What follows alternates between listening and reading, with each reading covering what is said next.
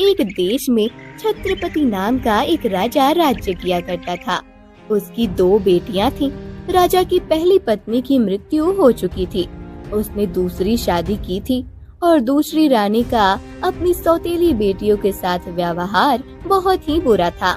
जब राजा महल से बाहर जाता तो वह दोनों पर बहुत अत्याचार करती और राजा को भी उनकी बुराई करके भड़काया करती थी। महाराज, आपसे एक बात कहूँ, अगर आपको बुरा न लगे। आपको बात करने से पहले इजाजत लेने की जरूरत क्यों पड़ गई? बात कुछ ऐसी है, असल में मैं कहना चाहती थी कि आपकी जो दोनों बेटियां हैं, हमारी दोनों राजकुमारियां, वे बहुत ही मूर्ख हैं और उनका चेहरा भी मनहूस है। रानी, ये आप राजकुमारियों के बारे में कैसी बातें कर रही हैं? आपको उनके बारे में ऐसे शब्द नहीं बोलने चाहिए।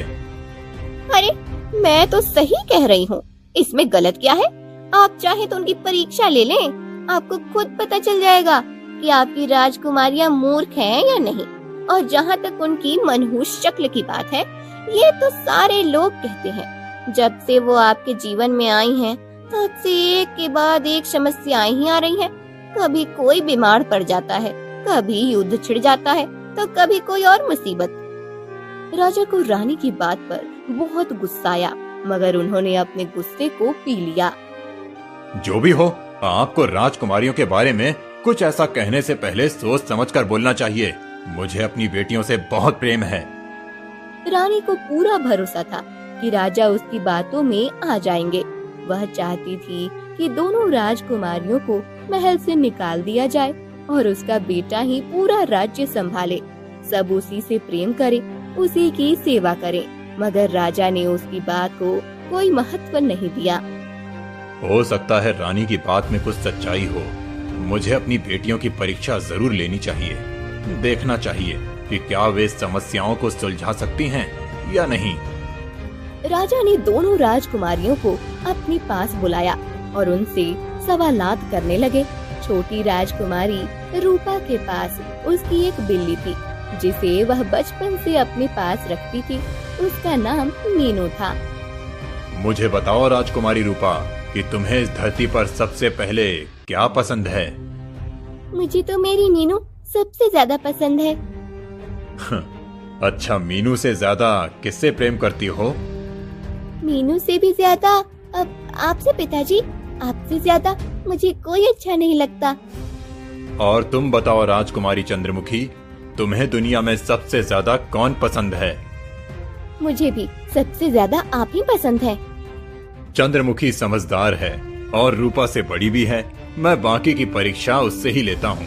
अच्छा, ये बताओ कि मैं तुम्हें कितना पसंद हूँ? पिताजी, आप मुझे इतने ही प्यारे हैं जितना खाने के स्वाद को नमक से होता है।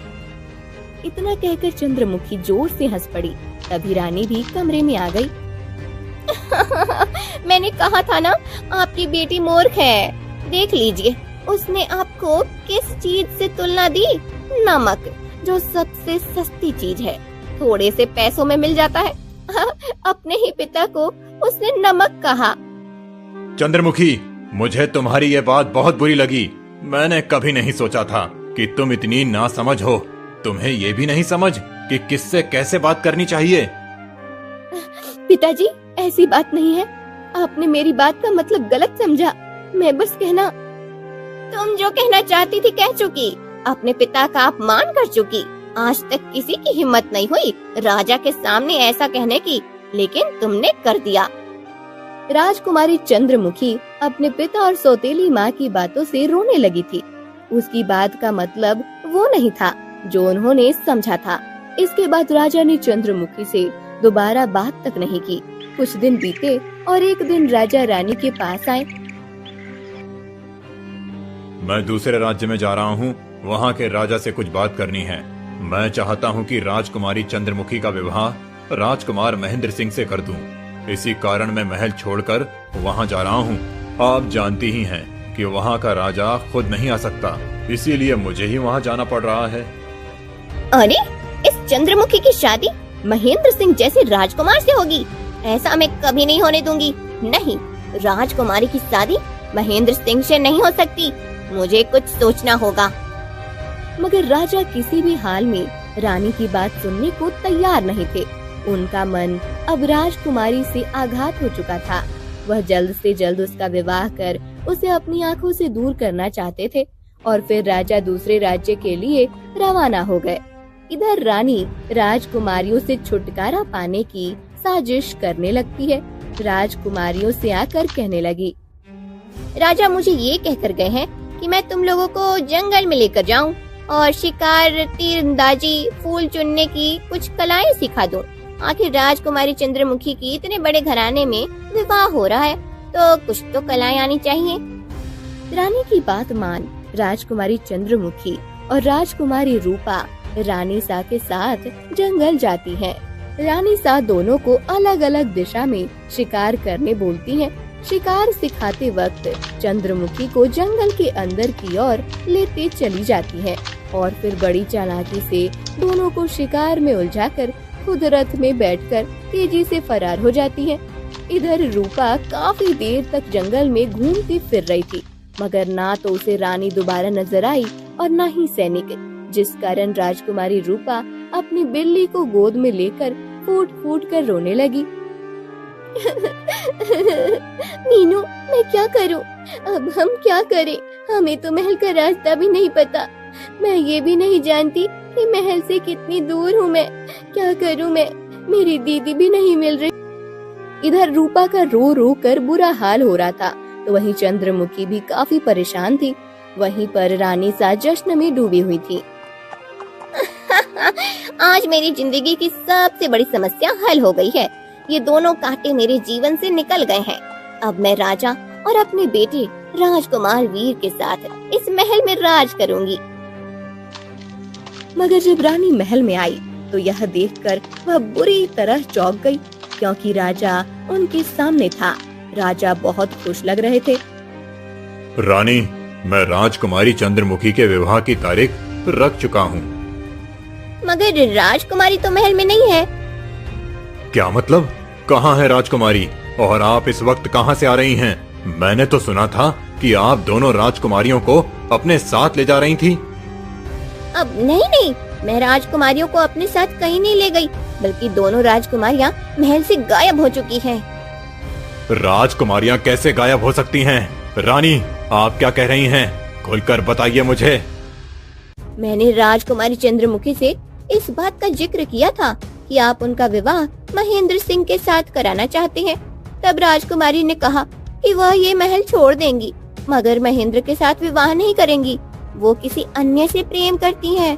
मेरे समझाने पर वो राजकुमारी रूपा को लेकर महल से भाग गई। मैं उन्हीं को ढूंढने गई थी, मगर वो मुझे कहीं नहीं मिली। यह सुनकर राजा को बहुत ही ज्यादा गुस्सा आया था। मैं राजकुमारी चंद्रमुखी को नहीं छोड़ूंगा। राजकुमारी रूपा को भी सजा दूंगा कि उसने अपनी बहन का साथ क्यों दिया। राजा अपने सैनिकों को लेकर जंगल की ओर निकल पड़े। राजकुमारी चंद्रमुखी और रूपा को आवाजें लगाने लगे।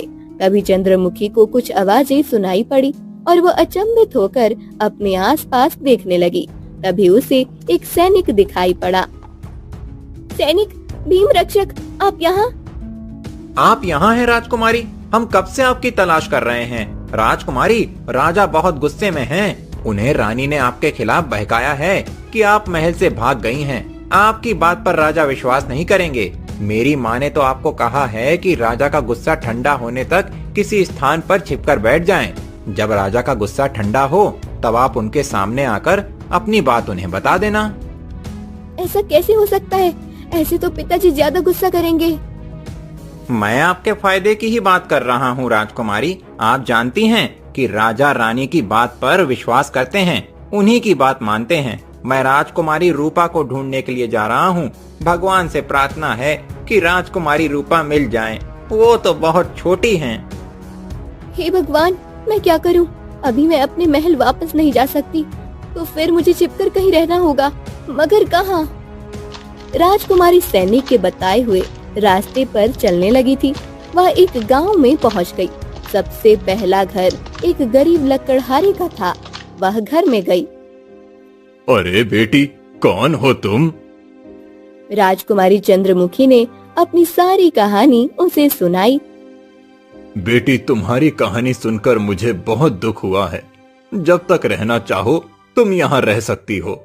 हमारी बेटी बनकर हमें तुमसे कोई शिकायत नहीं होगी। हम वादा करते हैं कि हमसे जो हो सकेगा हम तुम्हारे लिए जरूर करेंगे। मैं भी आपकी सेवा करूंगी, जो आप कहेंगे वह करूंगी। आपके लिए खाना भी बनाऊंगी और आपके घर के काम भी करूंगी। मेरी माँ ने मरने से पहले मुझे सब सिखाया था। मेरी माँ का कहना था कि राजकुमारी को भी घर के काम और खाना बनाना आना चाहिए। मेरे हाथ में मेरी माँ जैसा स्वाद है। इतनी देर में लकड़हारे की पत्नी भी वहाँ पर आ गई थी और वह भी राजकुमारी को अपनी बेटी बना लेती है। मुझे पता नहीं कब तक मुझे पिताजी के गुस्से के उतरने का इंतजार करना होगा। जब पिताजी का गुस्सा खत्म होगा तब सैनिक आकर मुझे बता देंगे। तब तक मैं इन लोगों के साथ उनकी बेटी बनकर ही रहूंगी, उनकी सेवा करूंगी। राजकुमारी चंद्रमुखी एक लकड़हारे के घर रहने लगी और इधर राजकुमारी रूपा अपने मीनू को उठाकर जंगल में एक तरफ चल रही थी। तभी राजा सामने से आए। मेरी बेटी, कैसी हो तुम?